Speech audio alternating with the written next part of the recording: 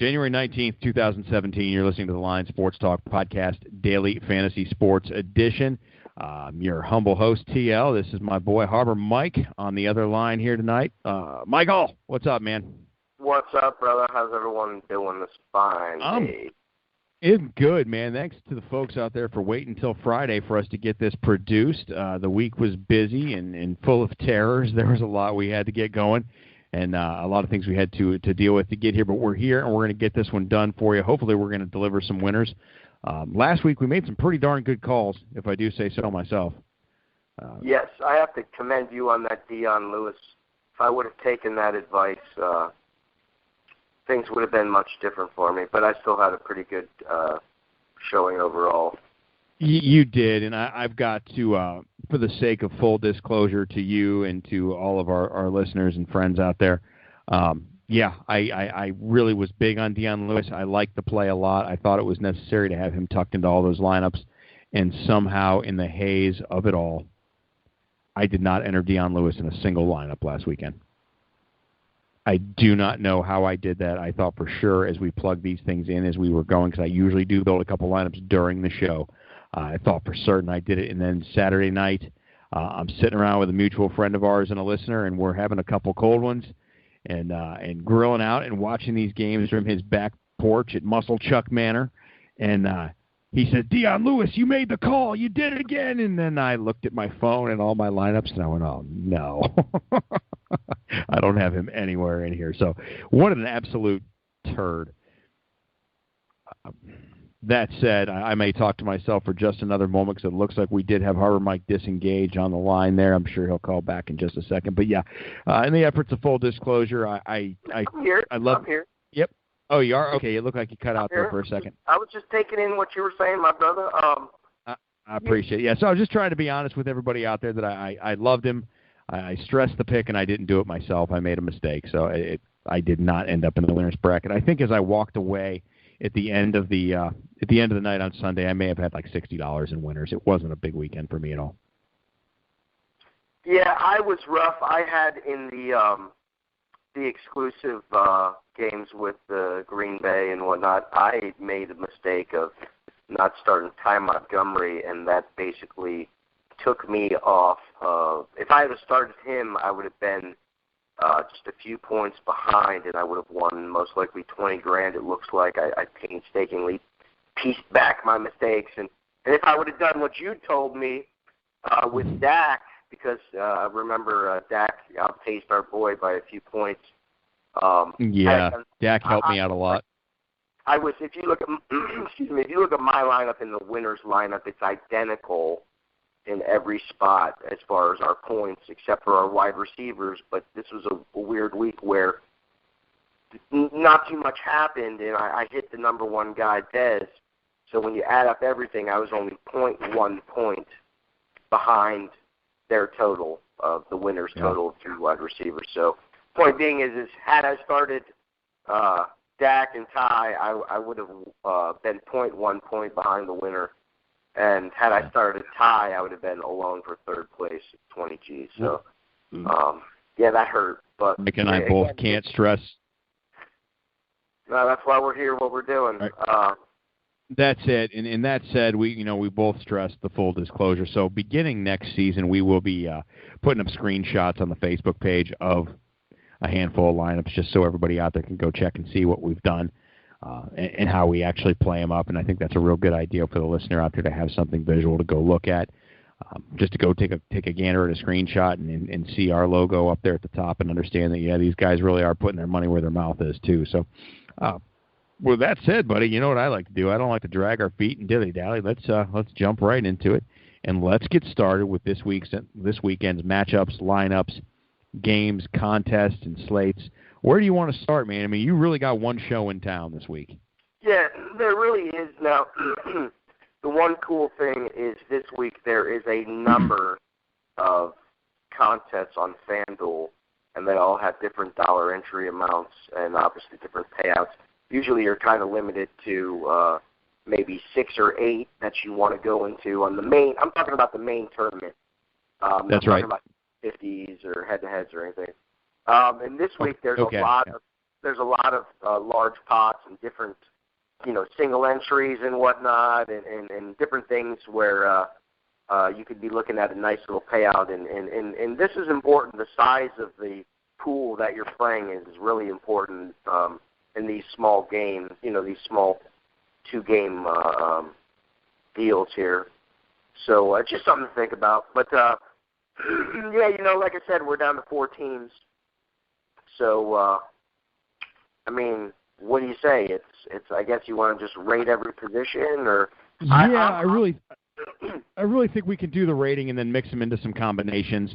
And then I definitely want to point out that the player that you feel you've got to pivot with, the player you've got to have as your must start, your anchor.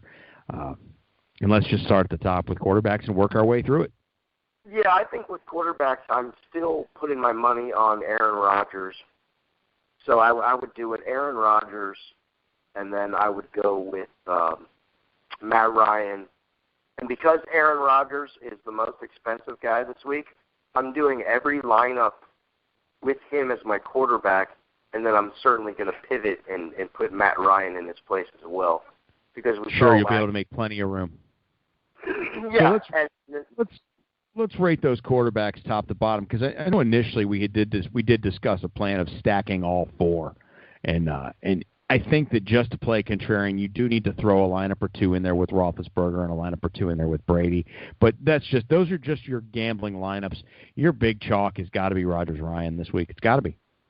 Yeah, it's got to be. And if you go through and you do a Brady lineup, that's when you want to stack with Patriot players. Yes, that's full stack. But I think most likely you could have a lineup that has peppered with some Patriots and or Steelers, but the man is Aaron Rodgers. And if it's not him, it probably would be Matt Ryan.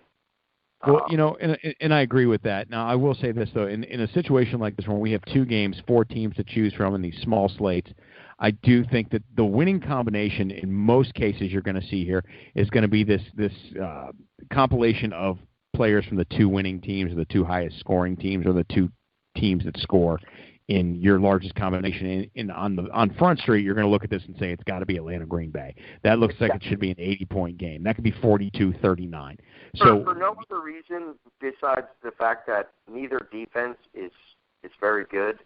Or they're not. I don't want to say they're bad, but you can put a point. They're not good. Plus, it's indoors. We're not playing outdoors at Foxborough. I don't even know what's it going to be, minus something. I don't know. Offhand, I can find out as we're chit-chatting. Yeah, it's going to be cold. It's New England in January. Nobody wants to be there. No. So really, I can't see that being a higher scoring game than an indoor game at Atlanta with 2 high-powered offenses.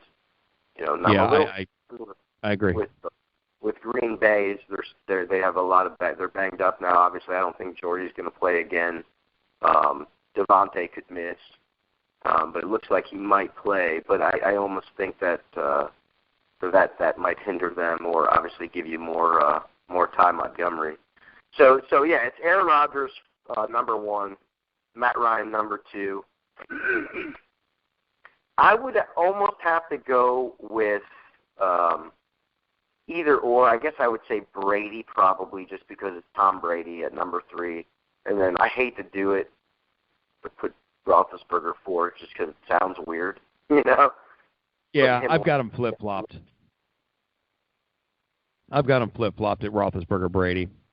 Okay, yeah, and I would be fine with that too. So that's how I look at that. And like I said, I think your main focus, and especially because there's not so many options that loosening your bank account frees up, that I would just more focus on the pivot with Matt Ryan, but definitely do some lineups with the Brady and Edelman and Deion Lewis, that kind of thing. Okay. Well, so we've laid out our quarterbacks. Let's slide down into running backs, because this is an interesting position this week. It's an interesting position every week. It's always on the forefront, and it always gives you the opportunity to sit back on a Sunday and watch some badass just run everybody over. For me, that's just that's crazy cool. I love it. I love a good running back. I love a good ground game that takes over a ball game. Who is on the chalk line there? Devonta Freeman's been incredible. This week I'm not even playing with that mentality. Okay. I will do a lineup or 2, and I thought about it. I'm going to try to finagle the Aaron Rodgers with my target wide receiver and whatnot with Le'Veon Bell and just a few. But most likely, I'm totally rejecting him for his cost. And obviously, at New England, I really think the points that he'll put up, I think he'll have a good day because it's Le'Veon Bell. But you know Belichick, that's the main cog he's got to stop. I think so. So it wouldn't surprise me that he's going to have a pedestrian game for Le'Veon Bell, which might even be 15, 18, 20 points. I can't see him getting, less than 10, obviously. Yeah. But we can get that with a number of guys on the list here. So I'm pretty much going to, except for a couple lineups, like I said, I'm going to totally ignore him this week. Okay. I don't disagree at all. I think it's a good play. I am going to stuff him in a couple lineups just because you have to have – I feel like I have to have him someplace, but I don't disagree with you at all. I think that's – No, yeah, and like I commented, there's each the best player at his position you got to start. So even though Julio Jones is hurt, I don't think he's questionable anymore. Right, they have removed him off the injury report. Yeah, but he's the best player right now. So if I can get a lineup with him and the other best player, Antonio Brown, you see what I'm saying? So you can't ignore the best player playing, but we have to. We can't afford the best player. So that's where the theory goes. It's definitely tricky. Definitely tricky. Yeah. So if you're tucking Le'Veon Bell into a lineup, who's your next running back? Well, like I said, if I'm not, then I got to go as low probably as I feel comfortable this week, and that means, and I'm really comfortable with it. So it's almost like a bonus. Is Kevin Coleman at 6,300? Yeah, you know how I feel about him. Yeah, we've talked many times about him. I love him. I think he's a tremendous talent. I think that guy's awesome. Yeah, I think he can match production of Ty Montgomery or Deion Lewis. If you look at his numbers, they're similar. Deion Lewis just hit last week because of his touchdown. If you don't get him this week, he's got like 10, 11 points. No big game. Yeah. So on that note, like I said, I think you have a good chance, and then you get to save $700, and this matters this week. So it I'm really certainly does. I mean, I like all the running backs. I mean, literally, you could really spend most of your time figuring out different combinations. Even LeGarrette Blount, look what he did the last time they played. Now, I don't know if there's a changing of the guard, if he's hurt, if they're trying to be more dynamic with the pass catcher and Deion. But he tore Pittsburgh. I mean, he tore them a new asshole when they played.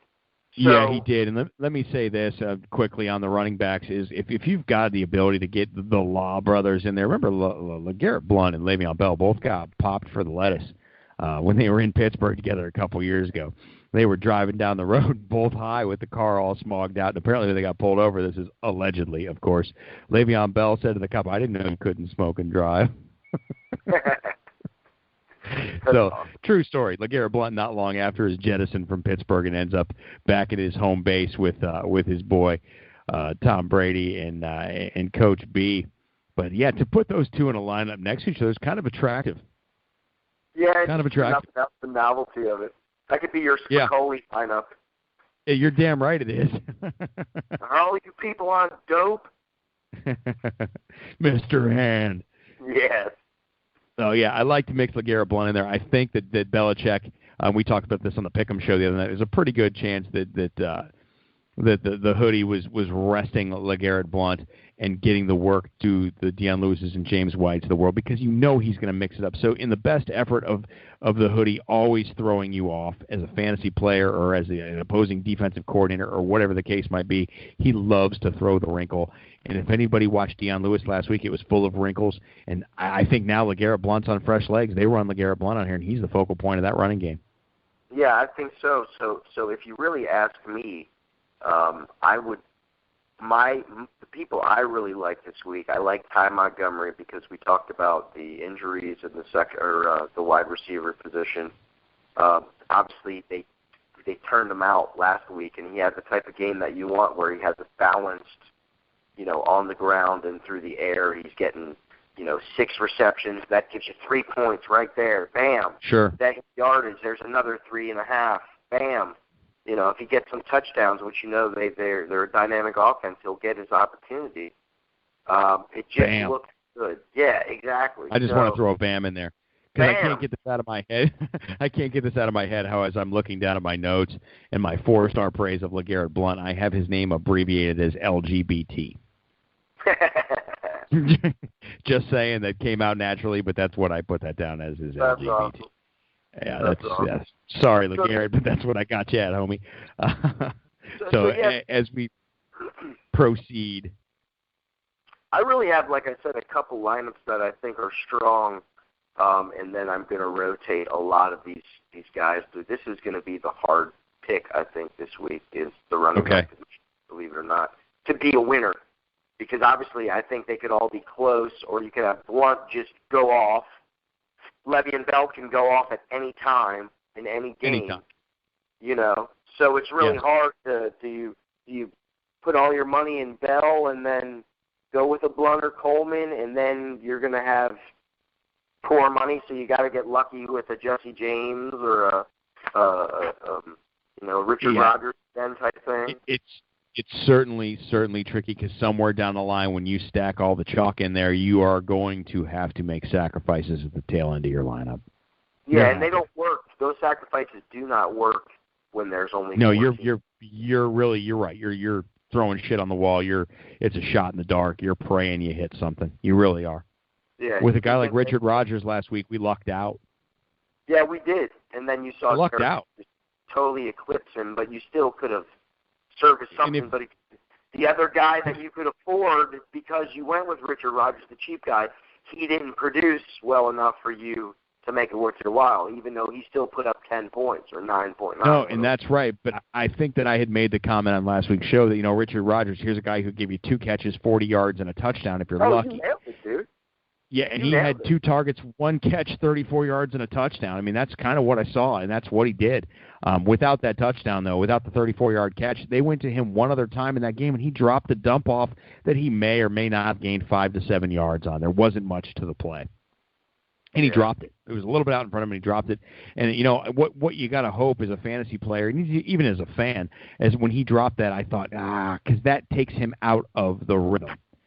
When a guy like Discount Double Check himself puts one in your lap and you drop it, he has no interest in throwing back at you. None. Yeah, I agree. And then you saw that there was for a good portion of that game, Richard Rodgers was the winning tight end, and then all of a sudden Jared Cook started catching passes.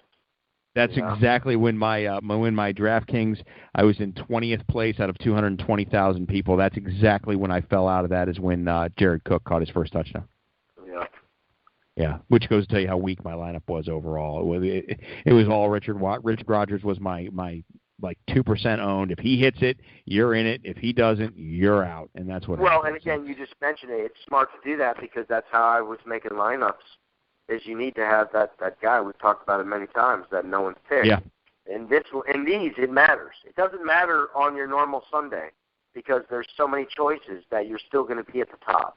That's why you. That's right. Now you got to hit it. It's just there's few choices. It's narrowed down, so you should be able to zero in on the right combination or some variation of.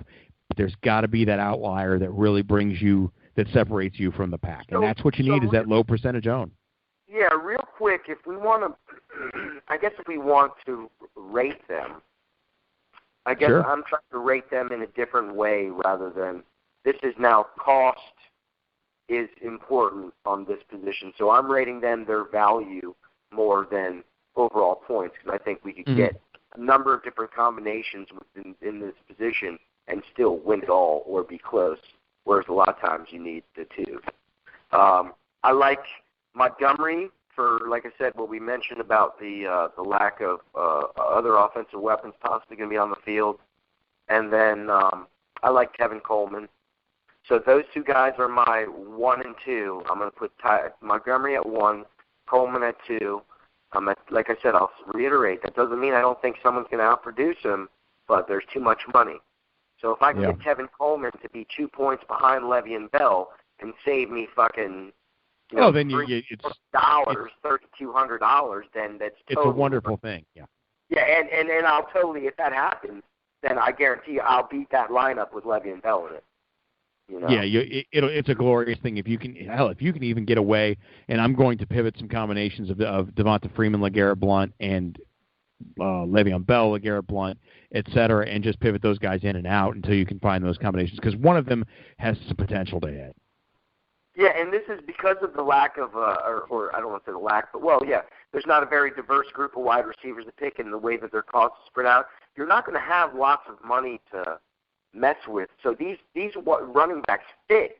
You just have to commit an idea of which one you like, and then the other one, it's almost you have to pick that guy. There's not. They do, and let's focus on those wide receivers as we move down the line here, because like you said, they're the combination of wide receiver. It's not that vast. You don't have numerous trees to pull fruit from here. You just don't. Yeah, they say. I think you got to go with the number one wide receiver is Julio Jones. I do. Yeah. Then I think the number two wide receiver has got to be Antonio Brown for obvious reasons that we don't need to. Yeah, I think those guys are 1 and 1A. Yeah, exactly. I mean, the amount of targets they're getting, again, I don't care the weather. There's still going to be some offensive production. You're dealing with the two best. I think these two guys are the two best wide receivers in the league. I think. Don't see a lot of wind. Provided you don't see a lot of wind contributing to this game in Foxborough, I'm not going to worry about the weather very much. Both of these teams are hard-nosed. New England, Pittsburgh, they can play in the cold. Cold's not, I'm looking right now at the weather report in Foxborough. It's very cloudy and 39. If that holds with wind out of the south at 4 miles per hour, if you look at a situation like that, I'm not even going to be concerned with the weather. Not in the slightest. Those guys can play in that all day. Yeah, I don't. Like I said, I'm not concerned with the weather. I just think if I'm going to choose, I'm going indoors over that any day. You know? Yeah, I like the track meet. I like the track meet that will be Green Bay, Atlanta. So, but yeah, no, I get what you're saying. Yeah, it's Tom Brady and Ben Roethlisberger. They're going to hit somebody sometime. But then, too, Ben last week really struggled. They moved. Actually, I take that back. He didn't really struggle, but they moved the ball up and down the field. They just they faced a defense that was playing bend don't break, and they were successful at it. I didn't think you'd see 18 points in field goals to win that game. I didn't think so. Although on the Pick'em show, just to break my arm, pat myself on the back, I had that game finish in 19-17 Pittsburgh, so I was relatively close. Well, if you look at the number of yards, a lot of times Le'Veon Bell gets more yards through the air, and he's not the last few weeks, but he's getting monster yardage on the ground. He is. Ben's finding different options on third down, too. Jesse James finds ways to get open. Eli Rodgers is starting to become a reliable target. There's things happening there for the Steelers. That offense is starting to find a place. Yeah, so I would like then that's one of the reasons why I'm staying away from Roethlisberger, because I just don't, until I see him have another really good wide receiver that can spread the field the way that Marcus Wheaton used to. They miss Marcus Wheaton. They sure do. Yeah, they really do. So I don't see him having those huge games unless they have a shootout. But again, I think they're going to try to control the clock with Le'Veon Bell. Like I said, you could see Le'Veon Bell being the top running back just because it's Le'Veon Bell and the way that they use him. But not to get back on them, it's just he's so much money. And so I tend to think you're just going to have like a not a low-scoring game, but not a shootout. And so that leaves me to be afraid of. Yeah, you're going to lean towards the track meet that is in the Georgia Dome. I certainly do understand. Yeah. So I mean, as we fly through these receivers, so we're putting Jones and Brown at 1 and 1A. Yeah. Then as far as I guess at 2, I probably would have to go with. I think 2 is the same thing. It's 2A and 2B or whatever with Edelman and Randall Cobb filling those two slots. I tend to agree with you. You know, I think, and in the way it works out really nicely is because you got to pick one or the other in most lineups between Julio and Brown, and then you can put in Edelman and Cobb as your other two, and then you can easily take out Julio and then put in Brown. And so there's your pivot right there. And then, like I said, in a couple lineups, you can do a Julio, Brown, and Cobb if you go Richard Rodgers or whatever. But we'll get to that. Sure. So those are the guys, really. And then if you do go with a Le'Veon Bell and a Devonta Freeman in your lineup and that sort of with an Aaron Rodgers, then you might be looking at a Taylor Gabriel. Mohamed Sanu looks pretty nice. He's scored in the last couple games. Yes, Sanu to me actually is really intriguing. He's a guy that knows that's for sure. Yeah, that's a really intriguing player there. So give me, if you can, we could go back and forth and round in circles on these three wide receiver spots all day. Let's move through these and then get into the tight end position as well. But give me your top three in a lineup wide receivers that you can stuff in there to start. Yeah, I'm going Julio, Edelman, and Cobb, and then you can take Julio out, like I said, and easily put in Brown, and then you have $400 to play with.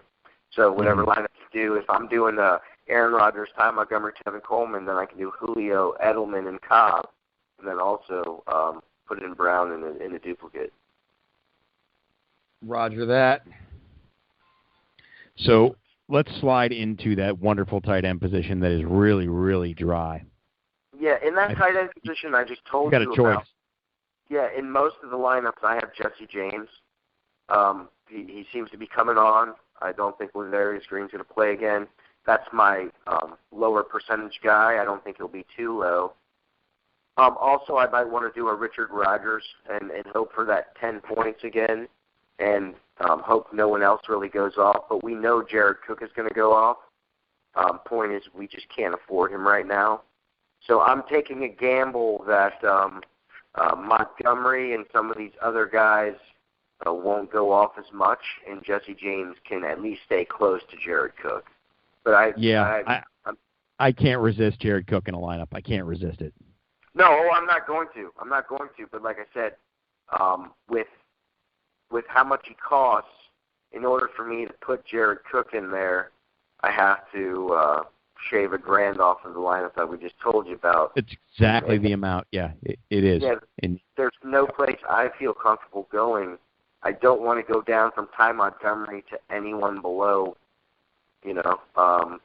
Maybe a James White, but again, you're getting way too lucky. I can't.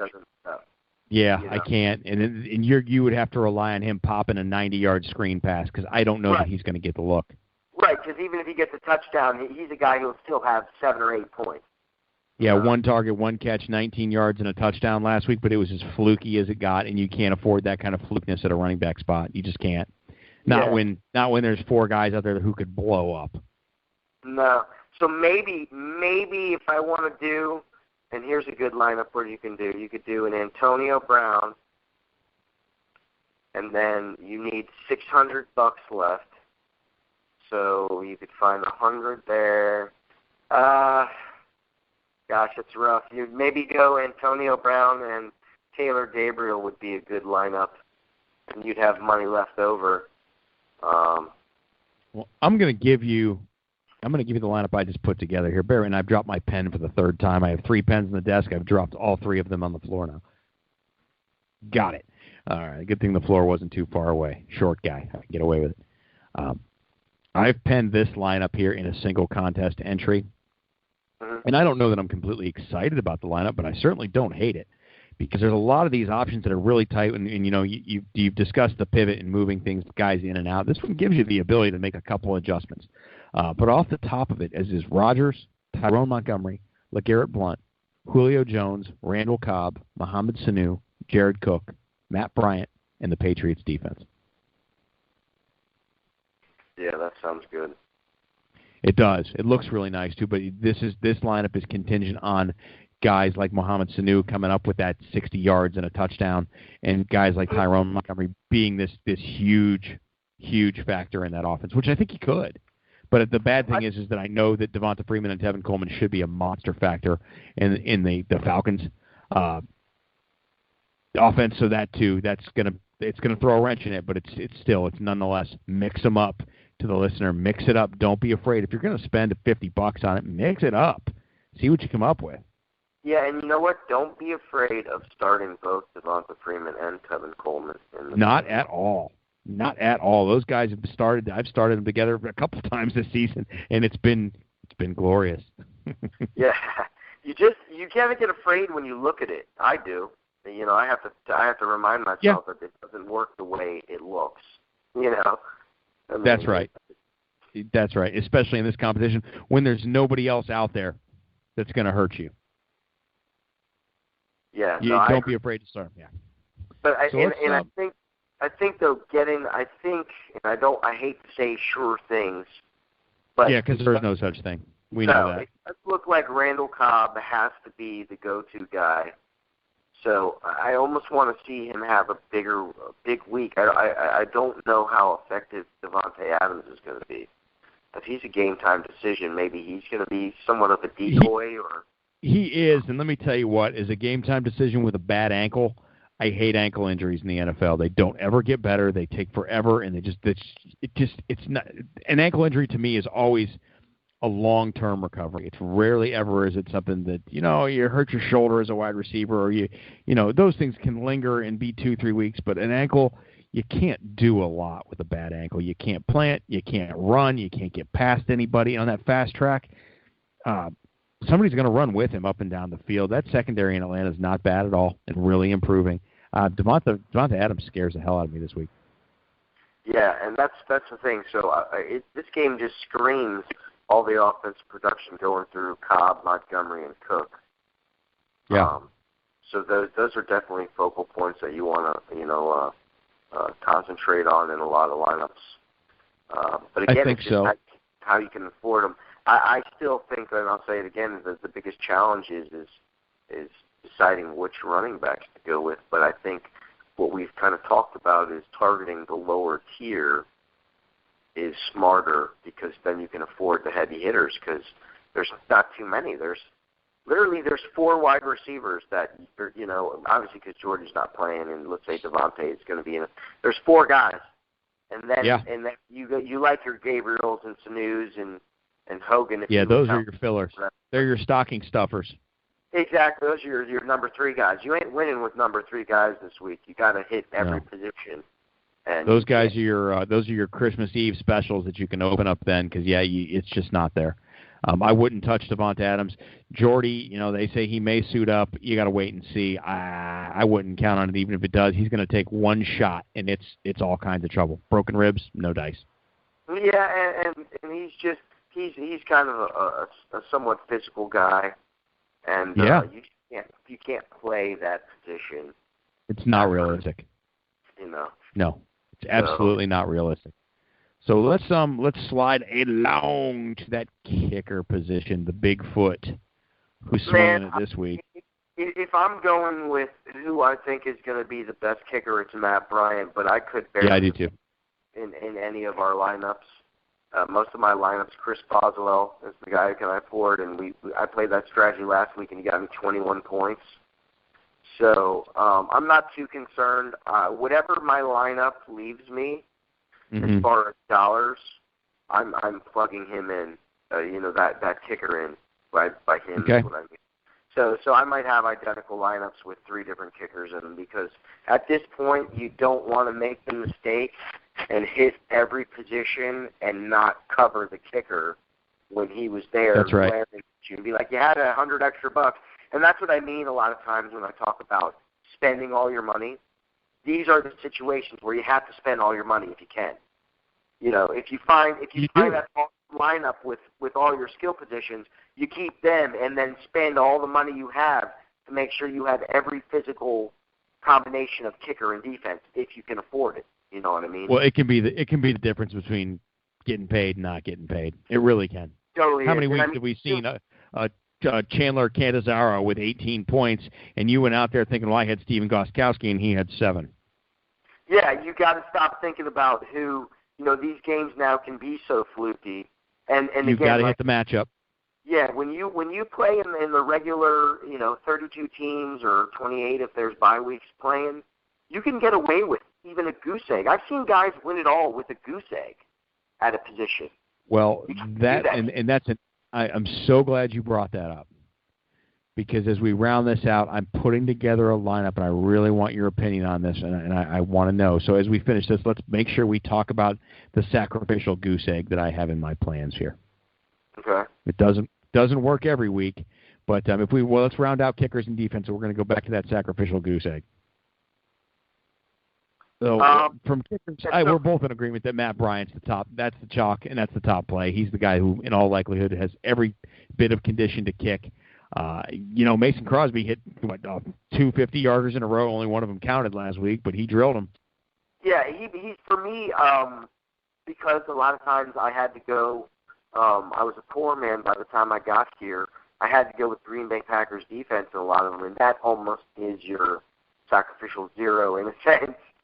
Sure is. Yeah, could be. Yeah, but again, when you have these lineups going, that's when you can have. You don't necessarily, because you can't afford somebody else. So it didn't matter. Right. So if all your other skill positions hit that you could afford, you don't need the points from there. I'm talking about obviously at times when you have money left and you leave one of these choices on the table, for what we were just talking about. So like I said, I think as far as the kickers go, I think it would be Bryant and then Crosby and then Gostkowski and Boswell, just like they're priced. Okay. I wouldn't be surprised if Gostkowski or Boswell, just because of maybe the weather, have more chances.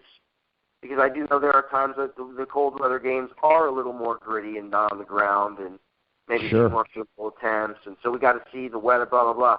Again, I want to start them all. As far as defenses go, I think New England has proven themselves the best defense. Yeah. So I want to start them. And then, but do I really want to miss out when I can afford them? I want to start them, and I want to go down the tree. I want to start each one if I can. So I might have, a number of different lineups. Good thing is I haven't put a lineup in yet that caused me to do every kicker and every defense. I couldn't allow it because of the limitations on 4-player entries on FanDuel from one team, and then cost. I think only 1 or 2 of my lineups could I do three different kicker and 3 different defense combinations. So having 9 different lineups for the same one, you know what I mean? Right. Well, and I agree with you. I think New England's probably your best start. And if you had to pick between the other 3, I don't like anybody in that Green Bay-Atlanta game at all because defensively those should be 2 shootouts. Yeah, they should, and we kind of talked about this earlier, and we'll get into it. Here's the reason why you still have to think about them, because these games are so, if you look at what the defenses in the playoffs have done, there hasn't been too much special stuff. In New England, like we mentioned, New England's done decent, but let's say you have every team have a couple of sacks, a couple of interceptions, or whatever, some fumble, whatever. Everybody's around 5 to 7, 8 points. But let's say one of the 4 gets 1 interception touchdown return, and then they don't do shit. They have normal, regular. That's 7 points. That's over the top. Yep. You gotta put every lineup in because it can happen. Even a team that even the worst team gets an interception and runs it back in the game. Yeah, Green Bay, Clay Matthews can knock the ball out of Matt Ryan's hands, and somebody else, Julius Peppers. Don't forget Julius Peppers plays in Green Bay. That guy is the king of the strip sack. There you go right there. So there's justification enough to fit Green Bay into a lineup at some point or another. Yeah, so again, if you have the money, if you don't have the money, and what I mean by money is money to do multiple lineups or have a number of lines going. Yeah, cold hard cash, American cash, American money. Yeah, then your choice is New England. If you Federal Reserve notes.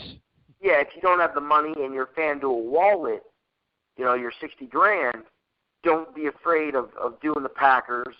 But again, no one jumps out at me.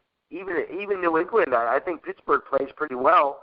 And I don't think they give New England too many opportunities for defensive points. So no, probably not. And let's mention something we discussed in our pre-production as we put this together, is just a conscious effort to make sure that if you're starting Matt Ryan, don't start the Packers defense.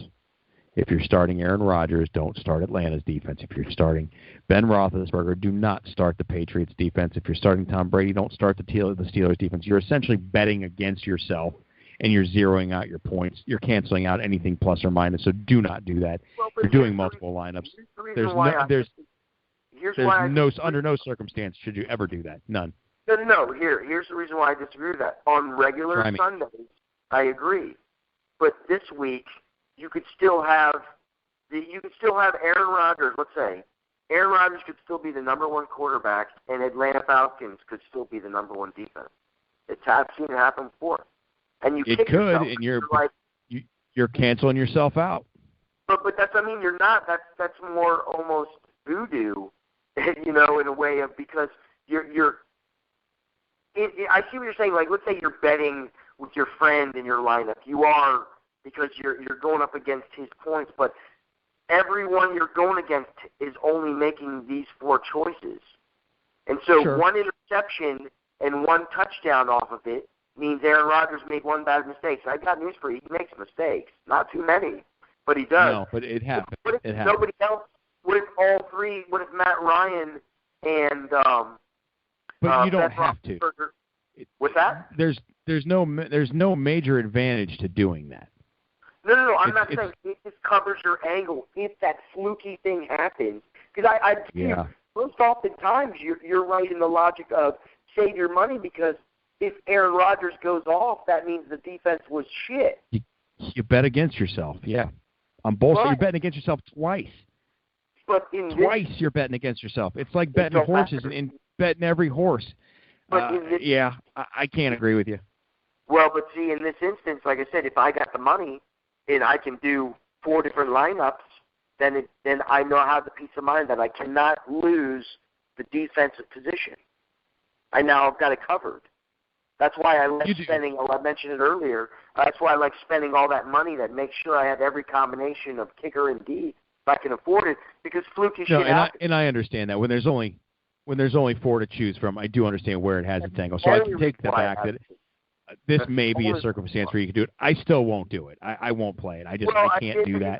But I think you're applying the standard logic to any other normal fantasy game week, etc.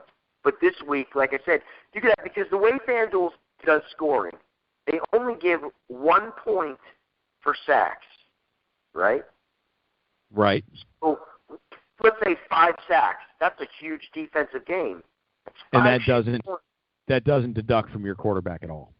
No. Now let's say 1 sack, 1 interception and touchdown, and nothing else. That's a pretty mediocre defensive game.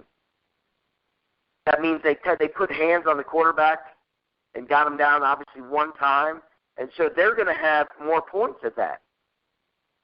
You see sure, I understand your position. I just believe in my heart of hearts that if Matt Ryan's going off and I'm putting him as my starter to go off, I don't want to have the contradictory play on the other end of that lineup where he's going to go off against Green Bay. So I'm going to sit here and watch Matt Ryan go off. I'd rather have Atlanta's defense match with that, or 2 of the other ones, as opposed to the one that he's threading. I don't want to see him beat up on the guys that I have picked. Yeah, but wouldn't you rather sit back knowing it doesn't matter what happens on defense because you have 7 lineups going and you've literally covered every single known comment? That's the reason why I've gotten so close so many times, and the only time I've ever been off is that one fluky guy I didn't get right, because I've always covered those angles where I knew I had it within my control of picking the right guy. You see what I'm saying? I'm going to research that a little bit more and look into it. It's eye-opening perspective, but I'm going to have to dig a little bit deeper. We're coming up on our time here, so there's one other thing I wanted to mention, and I really wanted to bring this up, and that's the sacrificial zero. You mentioned that goose egg, and I think that in certain contests, certain slates, like the one that you have now where there's only 2 games, 4 teams remaining, I think that to make a conscious effort to almost sacrifice a position and say, you know what, I'm hoping this guy gets a catch and a touchdown, but he may not. I think this is where you could benefit from it. So I'm going to throw a lineup out there to you where I sacrificed. Guy may not give me a goose egg. He might give me a 1.8, but this is the sacrifice because I wanted to be able to fit in a lot of the top brass here. So I have Matt Ryan, Devonta Freeman, and Tyrone Montgomery. My wide receivers are Antonio Brown and Julio Jones. The third wide receiver is my dirt play, and that's Justin Hardy. He's at 4,800. You can squeeze him in there at 4,800 along with Richard Rodgers at 4,900. Now, you're really gambling that either one of those guys find a way to the end zone. But we're talking about a game where the over-under here is at 60 points. You're talking about a game that you could potentially see an 80-point game. Either one of these guys could find the end zone. Justin Hardy's been a touchdown snake a couple times this year, so it can happen. Richard Rodgers proved last week he can pop one. You can fit in Chris Boswell and the Patriots defense on the backside of all that to complete this lineup at 0. And now you have an opportunity. You may or may not get zeros out of Hardy and Rodgers, but you may get 7 and 8 points out of them. I got no problem doing that. If you do it, think of it like this. Like I said, if I were you, I would try and focus on an Eli. Well, you said with you have no money, so you can't. I'm at 0. I'm $100 off of Eli Rodgers. Yeah. I would also throw in a Michael Floyd just for that same fluky. Yes. Absolutely. And we tried that last week, and it fell on our face, but we understood. It was a dud, but that's okay. But you're right, and Floyd's a good play. So if you put Hardy in the lineup now, do this lineup in 3 or 4 contests, and if it comes to game time and it looks like Floyd is going to get the start and going to play and going to get involved, then plug Floyd, and you have all the room. You have $100 to do it. You have plenty of room, and you jump in and do it. So yeah, that's definitely, you use that as your pivot 0 and find a guy to tuck in there who's your wild card, and use that wild card to get hammered and go out, and hopefully you've got a 2% owned player that scores a touchdown. Well, I like that because, again, there's nothing wrong with it. Obviously, it's just a numbers game, and that's the reason why. Absolutely. That's the reason why we rated our guys, because the higher you can go with your ones, if you can get Julio Jones and Antonio Brown in a lineup with running backs you feel comfortable with, and either Ryan or Rodgers, then you're talking about that could carry you too. Usually. I don't know. I don't know if I've ever seen that, but what that'll do is that lineup will, if you hit, you'll be the only guy doing it, or they'll be probably. You know what I mean? That's the idea. Separate yourself from the pack. Well, yeah, because the last thing, I mean, granted, we both really have talked about we want to win more than the money, in a way, but last thing you want to do is win in a pool of 220,000 people and share it with 500 people. You know, I wouldn't mind it. To be honest with you, I'm not greedy. I wouldn't mind it. I'd like to recoup some of the ass beating I've taken this year. Yeah, and it's probably what you're talking about is probably a real strong strategy, because it does expose you to those lesser used players. And like you said, these games, if I'm Bill Belichick, how am I going to win this game? Just because we're the Patriots doesn't mean we're automatically going to win. I got to stop Le'Veon Bell. I got to stop Antonio Brown. I got to limit Roethlisberger's effectiveness. And at that rate, if you want to hedge big on the Patriots, you almost have to make sure that you don't fit Bell and Brown into those lineups too. If you've got a lineup that's a Belichick hedge and you think he's going to shut down one of those 2 players, get that guy out of the lineup, make room for somebody else. So on that note, my homes, we got to get rolling here. That's up on our time limit. You got anything else to close it out with? Feel free. Go right ahead. We got about a minute and a half. I think we covered, like I said, just pivot players. That's really important. And, really think about some of the strategies that we talked about, because this is your last shot for the year. This is it. DraftKings is offering a bowl game special next week, which would include the Pro Bowl and the Super Bowl. Of course, you can't enter that contest yet because we don't know who those last 2 contestants of the NFL season will be. But going forward, we're going to figure it out, man. So to all the listeners out there, the end of the first complete season of the Line Sports Talk podcast, man, we loved every second of it, week in and week out. Thank you so much. The listenership is growing. The commentary on the Facebook page is growing. We had a little discussion put out there this week about who would you take with these 4 quarterbacks left. 2 minutes left on the clock. You're down by 4. Do you want Brady, Rodgers, Roethlisberger, Ryan? Who do you want? There's too many R's in that discussion. But who do you want? So that's out there on the Facebook page. Go out there and comment. Give us your insight on it, because it makes for some great conversation, and I like to see where everybody's coming from. That said, man, we have emptied the tank on another Daily Fantasy episode, and to all our friends and listeners out there, may the odds forever be in